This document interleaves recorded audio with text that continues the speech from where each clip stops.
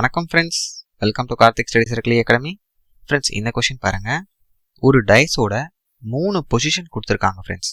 கொடுத்துட்டு நம்மள என்ன கேட்குறாங்க, ரோமன் நம்பர் 6க்கு ஆப்போசிட்டில் என்ன நம்பர் வரும், இதுதான் கொஷின்.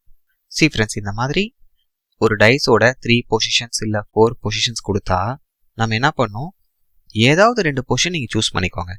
அப்படி சூஸ் பண்ணும்போது அந்த 2 பொசிஷனுக்கு ஒரு லெட்டர் இல்லை ஒரு நம்பர் காமனாக இருக்க மாதிரி சூஸ் பண்ணிக்கோங்க.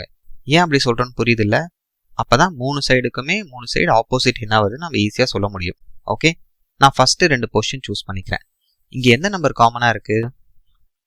6 6 பார்த்தீங்கன்னா 6 மட்டும்தான் காமனாக இருக்குது. ஒரு நம்பர் தான் காமனாக இருக்கா? ஸோ இப்போ ஒரு நம்பர் காமனாக இருக்கப்ப என்ன ட்ரிக் நம்ம யூஸ் பண்ணுவோன்னா, இந்த ஃபஸ்ட்டு பொசிஷனில் காமனாக இருக்குல்ல 6, அதை ஃபஸ்ட்டு போட்டுக்கோங்க ஃப்ரெண்ட்ஸ். அதுலேருந்து கிளாக் வைஸ் எழுதிக்கோங்க. ஸோ 6க்கு அப்புறம் என்ன இருக்குது? 3. அதுக்கப்புறம் கிளாக் வைஸ் என்ன இருக்குது? 3க்கு அப்புறம் 2.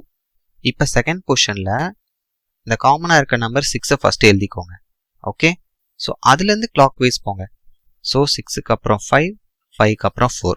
ஓகே, இப்போ 2க்கு ஆப்போசிட்டில் கேட்டால் 4 போட்டுருங்க, 4க்கு ஆப்போசிட் கேட்டால் 2 போட்டுருங்க.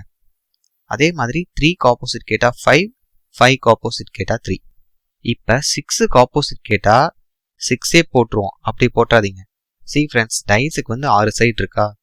6க்கும் 6 டிஃப்ரெண்ட் நம்பர்ஸ் கொடுத்துருக்காங்க. அப்போ இங்கே எந்த நம்பர் லெஃப்ட் அவுட்டு? 1 தான் லெஃப்ட் அவுட். அப்போ 6க்கு கேட்டால் 1 தான் ஆப்போசிட், 1க்கு ஆப்போசிட் கேட்டால் 6. அப்போ இந்த கொஷனில் 6க்கு தான் ஆப்போசிட் கேட்குறாங்க. ஆப்ஷன் ஏ 1 தான் கரெக்ட் ஆன்சர்.